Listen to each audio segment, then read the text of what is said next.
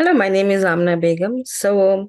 Uh, let's talk about the Pakistan and the situation of minority in Pakistan. And I don't think I have to go into any background of it. It's well known fact that minorities get persecuted in the Pakistan, but there has been a different tool to prosecute them. And blasphemy is the one of you can say the major tool when it comes to attack or marginalization of the Pakistani minorities, let it be Christians or Hindu. So I have written my article on the same subject that recently happened in Pakistan, and they have demolished a few church and attacked their Christian minority on based of the accusation of blasphemy. And this is very important to understand. First of all, making blasphemy a crime which is punishable by life imprisonment or death is another issue to discuss. Before that, we see that there comes a mob which attack entire Christian community, every individual of that certain community, regardless if they are even accused of blasphemy. So when I look into it, it's very clear that first the concept of the blasphemy they have, that is the issue. The second, how it become uh, a reason, not reason, an excuse to attack a minority which is already living under the threat. So first, in my article, I have tried to analyze the complex issue, the two factor into it. First, the mob, which attacked and take law and order in their hand. The second, if we say, okay, the mob is the one reason and Pakistan state is failing to control law and order.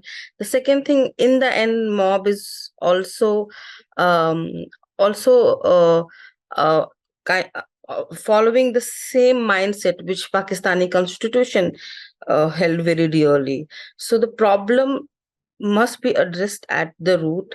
Their own constitution, which says that a non-Muslim cannot be president or prime minister, which says that a person cannot call themselves Muslim, for someone like Ahmadiyya.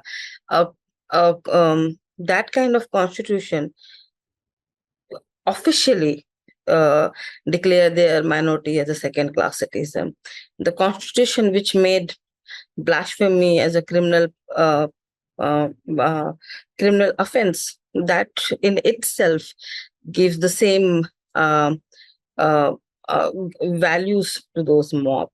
So Pakistan has to first address the real problem, the values which on which it is founded, and the second could be the law and order issue.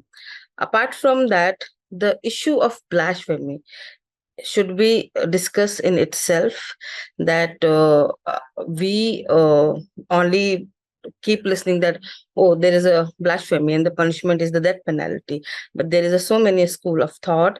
The debate has been very historically there, where certain thought school of thought describe that the blasphemy law is only applicable to the Muslim because they consider it as a apostasy, and then other school of thought which has been believing that no, it is applied to everyone. So there has been discussion in the traditional Islamic interpretation, but there is a minority voices among them which did not believe that there should be any blasphemy, because most of the Sharia, the source of it is Hadith or the Quran, and the main, the divine law, divine word of the God is only Quran, and there is a no physical punishment or any punishment written in the Quranic verses. So we need to go there and discuss this matter with open mindedness and reasoning.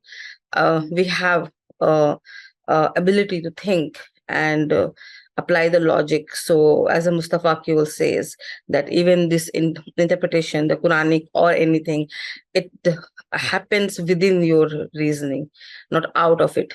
So, uh, and the famous Islamic scholar Baiduddin Khan has himself said that in entire Quranic verses, there is not one Quranic verse which says to punish the blasphemer, first thing.